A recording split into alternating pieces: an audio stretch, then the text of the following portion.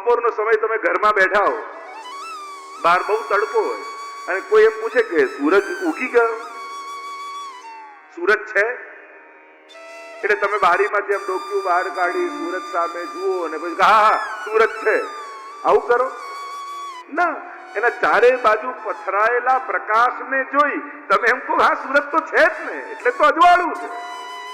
એમ ભગવાન છે, એના માટે ડોક્યું કરવાની જરૂર નથી. ચારે બાજુ ફેલાયેલી એની ભગવત્તા જોઈ તમે કેમ નથી કહેતા હા મારા માથે ભગવાન પણ છે? ચારે બાજુ એની ભગવત્તા નથી દેખાતી ફેલાયેલી? કણ કણમાં, ક્ષણ ક્ષણમાં ચારે તરફ એનો વિસ્તારનો અનુભવ આપણને થાય છે. અને એટલા માટે એનો ચહેરો જોઈને કહેવાની જરૂર નથી કે છે, એનો પ્રભાવ જોઈને અનુભવ થાય છે કે છે. આ ભાગવત કરે સર્વત્ર ભગવત દર્શન. અને પાંચમું કયું? અભયત્વ. ભાગવત સર્વ ભયમાંથી મુક્ત કરી નાખે, નિર્ભયતા ભાગવત આપે છે. તેવા 5 ફળોની ચર્ચા ભાગવતમાં આવે છે. અહીંયા ભગવાને વચન આપ્યું છે જ્યાં ભાગવત કથા હશે હું આવીશ. પ્રશ્ન કર્યો છે ભાગવત ભક્તિ મહારાની પર કૃપા કરી એ તો સમજાયો, પણ શું ભાગવત પાપીનો ઉદ્ધાર કરી શકે? કે જેણે એટલા પાપ કર્યા હોય કે મોટા મોટા વિધિ વિધાનો પણ એની મુક્તિ ન કરાવી શકે, શું એની મુક્તિ ભાગવત કરાવી શકે? તો કે હા. અને એમ કહી ગોકર્ણોપાખ્યાન કહ્યું. આત્મદેવ નામનો બ્રાહ્મણ તુંગભદ્રા નદીના તટ ઉપર રહે છે. ઘરમાં બધા જ સુખ છે, સંતતિ નથી. અને એમ નથી કે એને બાળક થતું નથી.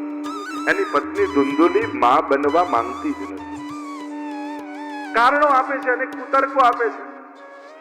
અને આજે પણ આપણે જોઈએ સમાજમાં આપણા રિવાજો, આપણી પ્રથાઓને તોડવા માટે કેટલા લોજિકો માણસો આપતા હોય છે.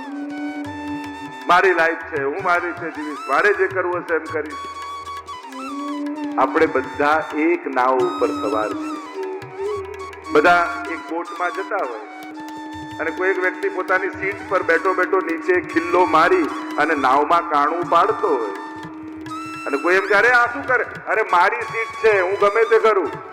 અરે સીટ તારી છે, નાવ તો આપણા બધા એક જ માં છીએ. કાણું એમાં પડશે તો ડૂબીશું તો બધા જ. એમ જ આપણે બધા એકબીજાથી ગૂંથાયેલા છીએ. કોઈ કે હું મારી દોડી તોડી નાખું, એ એની નથી તોડતો, આખું સ્વેટર ખોલી નાખે છે. કારણ કે આ બધું ગૂંથાયેલું છે. સમાજ ગૂંથાયેલો છે. કારણ કે કોઈ એમ કે હું મારી લાઈફ, મારું જીવન મારે ખતમ કરવું છે. પણ વ્યક્તિ એક હોય છે, પણ કેટલા સંબંધોને જીવતો હોય. એ કોઈનો દીકરો હોય, કોઈનો પિતા હોય, કોઈનો ભાઈ હોય, કોઈનો પાડોશી હોય. કેટલા વ્યક્તિ ભલે એક હોય પણ કેટલા સંબંધોની જવાબદારી લઈને જીવતો હોય છે. ચિંતન તો કરો, વિચાર તો કરો. કેવો એ ગૂંથાયેલો છે આખા સમાજ સાથે. અત્યારના સમયનો સૌથી મોટો રોગ જ ઇન્ડિવિડ્યુઆલિટી છે, સ્વતંત્રતા છે. મારી લાઈફ, મને કોઈએ નહીં કહેવાનું. આનાથી મોટો બીજો કોઈ રોગ નથી. સમગચ્છત્વ, આપણે ત્યાં તો સાથે રહેવાની વાત છે, જોડીને રહેવાની વાત છે. મારા વડીલો આમ બાપુજી સ્વભાવ સુધારી દે તો પછી વાંધો નથી સાથે રહેવામાં. અરે જેણે તને વળી વળીને સુધાર્યો, તું એને સુધારવા માંગે? જીવનમાં યાદ રાખજો, કદાચ બીજા કોઈના આશીર્વાદ નકામા જાય પણ મા બાપના આશીર્વાદ ક્યારેય નકામા નથી જતા. અને જે રોજ મા બાપના આશીર્વાદ લે છે ને એને જીવનમાં ક્યારેય દુર્ભાગ્ય નથી આવતું. એટલે ખાસ અનુરોધ કરીશ, આપણા ઘરમાં રહેલા આપણા વડીલો એ સન્માનને યોગ્ય છે. એને બીજું કાંઈ તમારી પાસે નથી જોઈતું. તમારો પ્રેમ અને એનું સન્માન જળવાય એ જરૂરી છે.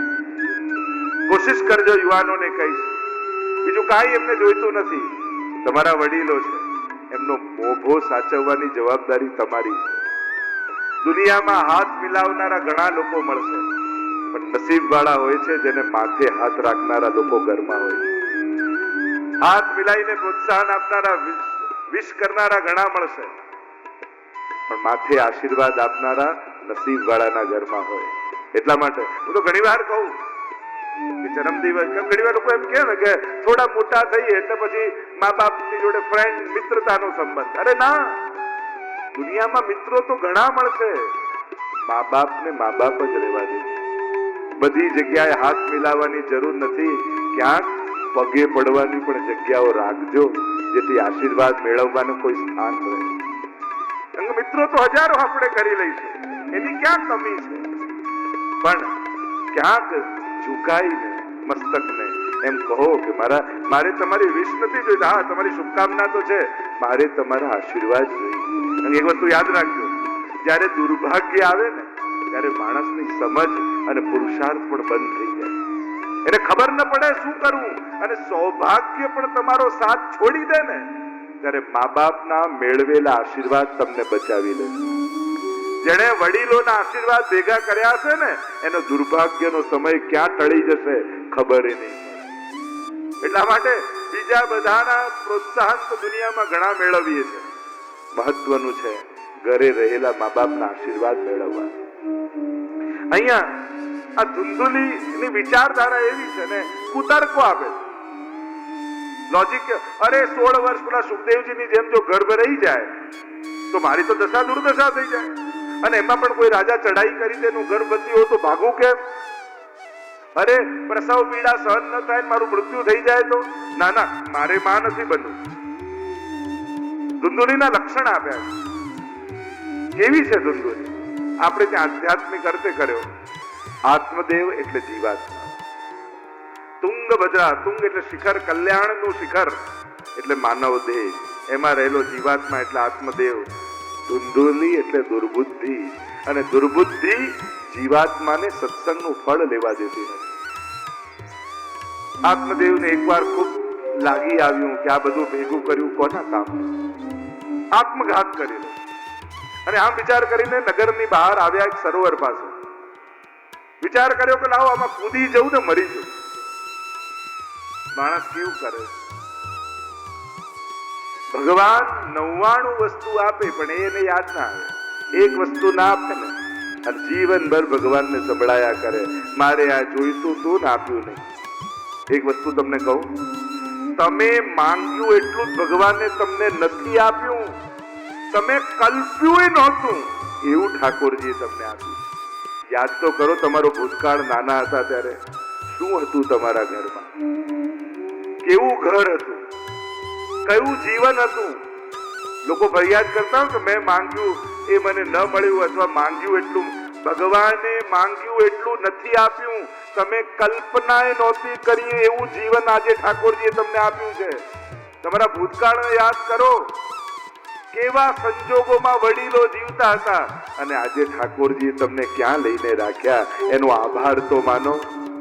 ચિંતન તો કરો કે પ્રભુ તમને શું આપી રહ્યા છે, અને તમે એને છેતરો છો એમ કહીને કે માંગ્યું એ ન મળ્યું. અરે પ્રભુએ માંગ્યું એ આપ્યું જ નથી, તમે વિચાર્યું નહોતું ને એ તમને આપ્યું છે.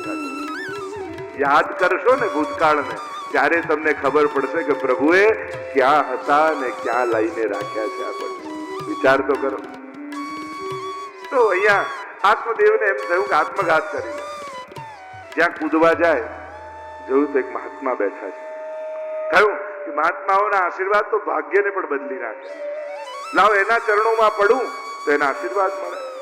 ચરણોમાં પડ્યા ને કહ્યું, કૃપા કરો મહાત્મન, મારા ઘરે પારણું બંધાય. મહાત્માએ આંખો બંધ કરીને જોયું ને કહ્યું કે આત્મદેવ, આ જન્મમાં નહીં, 7 જન્મ સુધી તારે કોઈ સંતતિનો યોગ નથી. અને જ્યારે આ વચન સાંભળ્યા આત્મદેવને એટલું લાગી આવ્યું, અરે માથું પછાડી પછાડી અહીંયા જ મરી જઈશ, જો તમે આશીર્વાદ નહીં આપો તો બ્રહ્મ હત્યાનું પાપ આપને લાગશે. મહાત્માને આવી દયા, જોડીમાંથી ફળ કાઢ્યું, કહ્યું આત્મદેવ, અભિમંત્રિત કર્યું, કહ્યું જા તારી પત્નીને ખવડાવજે, મારા આશીર્વાદ છે, તારા ઘરે પારણું બંધાશે. અને પ્રસન્ન થઈ ગયો આત્મદેવ, મહાત્માઓના આશીર્વાદ મળી ગયા, હવે તો ચોક્કસ મારું ભાગ્ય બદલાશે, કરે સંતતિ આવશે. દોડતો દોડતો દોડતો ગયો ધુંધુલી પાસે, કહેવા લાગ્યો, જો ઠાકોરજીની કૃપા થઈને મહાત્માએ ફળ આપ્યું છે. ધુંધુલીએ તો માથે માર્યું ફળ, કે ક્યાં પાછી લપ આવી, આટલા દિવસની શાંતિ હતી ને પાછી એ જ વાત, કરવું શું? એટલામાં ધુંધુલીની બહેન આવી. અને દુર્બુદ્ધિની બહેન છે દુસ્સંગ. અને દુર્બુદ્ધિ અને દુસ્સંગ આ બે ભેગા થાય ને પછી એનું પતન થતા કોઈ ના રોકી શકે. માણસની બુદ્ધિ જેની દુશ્મન બની જાય ને પછી એને દુશ્મનની જરૂર જ ન પડે. ભગવાન જો એવા આશીર્વાદ તમને આપી દે ને, જ્યાં તું જે ઈચ્છા કરે એ બધી જ ઈચ્છા તારી પૂરી થશે, તો એનાથી મોટો કોઈ શ્રાપ નથી. કારણ પછી આપણા પતન માટે કોઈ દુશ્મનની જરૂર નથી, આપણી ઈચ્છાઓ જ કાફી છે. માણસને એની ઈચ્છા પર કોઈ કંટ્રોલ થોડી છે. બે હમણાં સારી કરશે, બીજી બે એવી કરશે ને કે ભવના એવા કૂપમાં પડી જાય કે એમાંથી બહાર જ ન નીકળે. એટલે તમે એમ માનો છો કે બીજો કોઈ દુશ્મન છે? ના, આપણી ઈચ્છાઓ જ આપણી સૌથી મોટી દુશ્મન બની આપણી જોડે ફરતી હોય છે. આ તો ઠાકોરજીની કૃપા છે કે બધી આપણી ઈચ્છાઓને ઠાકોરજી સફળ થવા દેતા નથી. જો આપણને આપણી ઈચ્છાઓ પર કોઈ કંટ્રોલ નથી, ઠાકોરજી પાસે એટલું માંગો કે પ્રભુ કૃપા કરજે કે હું પાપ કરવામાં ક્યારે સફળ ન થઉં, એવા સંજોગો મારા ફેરવી નાખજો. કારણ કે મને મારા મન ઉપર કંટ્રોલ નથી કે એનો નિગ્રહ કરી શકું ને પુણ્યમાં એને પ્રવૃત્ત કરી શકું. તું એવી કૃપા કરજે જ્યારે પાપ કરવા માટે નીકળું ને તું મને ક્યારે સફળ ન થવા દેજો. સંજોગોને એવા વિપરીત કરી નાખજે કે હું સફળ જ નથી અને હું બચી જાઉં. પાપ કરવા માટે જ્યારે મન લાલાયિત થાય ને ત્યારે મહાત્માઓની પણ આજ્ઞા સાંભળવા એ તૈયાર ન થાય. મોટા મોટા ગ્રંથોની સલાહ પણ સાંભળવા એ તૈયાર ન થાય. પાપનું ભૂત જ્યારે માથા પર આવે છે ને ત્યારે માણસની સમજણ બંધ થઈ જતી હોય. પછી એને વિચાર ના આવે કે આ પાપ કર્યા પછી શું થવાનું છે, એનો વિચાર એને ના આવે. પાપ માટે માણસ વર્તમાનને માણે છે અને પુણ્ય માટે ભવિષ્યની આકાંક્ષા રાખે. અત્યારે આ કરવું પણ ભવિષ્યમાં મળશે શું? પાપ માટે ભવિષ્ય વિચારતો નથી કે આ કર્યા પછી ભવિષ્યમાં શું થવાનું છે, એનો વિચાર ના આવે. ત્યારે તો વર્તમાનને માણે. અને પુણ્ય જયારે કરવા જાય ને ત્યારે એ સમયને ના માણે. આ પુણ્ય કરીને શું મળશે એની ચિંતનમાં ખોવાઈ જાય. થયું બહેને સલાહ આપી, જો હું ગર્ભવતી, દુંદુલી એમ કર તું મારા ઘરે રહેવા આવી જા, ગર્ભવતી થવાનું નાટક કરજે, મારા પતિને થોડા રૂપિયા આપી દેજે એટલે માની જશે, અને મારે જે સંતતિ થશે તને આપી દઈશ, તારે પ્રસવ પીડાય નહીં ને બાળકનું બાળક. અને તું વાત તો સાચી છે, તો આ ફળનું શું કરું? કે તારા આંગણામાં જે ગાય બાંધી છે ને એને વાછરડું થતું નથી. એમ કર એને ખવડાવ તો ખબર તો પડે આ મહાત્માએ કંઈક મંત્ર ભણ્યા છે કે એમને પકડાવી દીધું છે. ગાયને ખવડાવી, સમય થયો ગાયને વાછરડું થયું. આખું શરીર મનુષ્ય જેવું, ખાલી કાન ગાય જેવા, એટલે એનું નામ રાખ્યું ગૌકર્ણ. જાને મહાત્માનું પુણ્ય પુત્ર રૂપે પ્રગટ થયું. અને અહીંયા ધુંધોલીએ છલકપટ કર્યું, બહેનને બાળક થયું અને સમાચાર આત્મદેવને આપ્યા કે મારે બાળક થયું, દીકરો થયો છે. આત્મદેવ પ્રસન્ન થઈ ગયો. ધુંધોલી કે મારો દીકરો છે, એનું નામ હું ધુંધકારી રાખું છું. જેના જન્મમાં જ આટલા છલ કપટ થયા હોય બાળક કેવું થાય? એટલે જ આપણે જ્યાં કહીએ બાળક થવાનું હોય, સારું વાંચન કરો, સારો વિચાર કરો, સારું જુઓ, સારું બોલો, જેથી બાળક ઉપર સારી અસર થાય. કારણ કે આ બધાનો અસર તો થાય છે. તમારી સામે ઉભા રહીને કોઈ બે કડવા શબ્દ બોલે, તમારો ચહેરો કેવો બગડી જાય છે. બોલ્યો છે અસર તમારા ઉપર કેવી થઈ કે નહીં? એ જ રીતે તમારી સામે કોઈ બે વખાણના શબ્દો કર્યા, કેવો ચહેરો ખીલી ગયો. આ સીધું પ્રમાણ. કોઈ કે શબ્દોની અસર થાય, તમારી સામે પેલો બોલ્યો ચહેરો કેવો બદલાઈ જાય છે, અસર તો થઈ. એમ જ જો તમારા પર અસર થાય છે તો તમારા શરીરનો જે ભાગ છે એના પર અસર નહીં થાય? ચોક્કસ અસર થાય. તો સારા વિચારોની, સારી વાણીની, સારા દ્રશ્યની આ બધી અસર થાય, પ્રભાવ થાય છે. અહીંયા ધુંધકારી થયો, જેના જન્મમાં આવા છલ કપટ, એની વૃત્તિ પણ એવી જ થઈ. એવો દુષ્ટ થયો, બધા જ ત્રાસી ગયા એના. સબના પિંડ હાથમાં પડેલા પિંડોને ખાનારો એવો દુષ્ટ ખલ થયો. માં તો કંટાળી ગઈ, આત્મઘાત કરી દીધો. પિતાનો મોહ હજી મરતો નથી. કારણ કે આ પુત્રનો મોહ અસલમાં છે આત્મદેવનો. મારો બાળક, મારો દીકરો, હજી મોહ મરતો નથી. ગોકર્ણજી આવ્યા ગામમાં અને એમણે જોયું, અરે આટલા આટલા કડવા અનુભવો થયા છે સંસારમાં, છતાંય હજી મોહ પિતાનો મરતો નથી. આજ આપણા બધાની તકલીફ. દુનિયા, સંસાર હંમેશા આપણો ભરોસો તોડે, છતાંય સંસાર પરથી ભરોસો ઉઠતો જ નથી. અને ભગવાન હંમેશા ભરોસો સાચવી લે, છતાંય ભગવાન પર ભરોસો બેસતો જ નથી.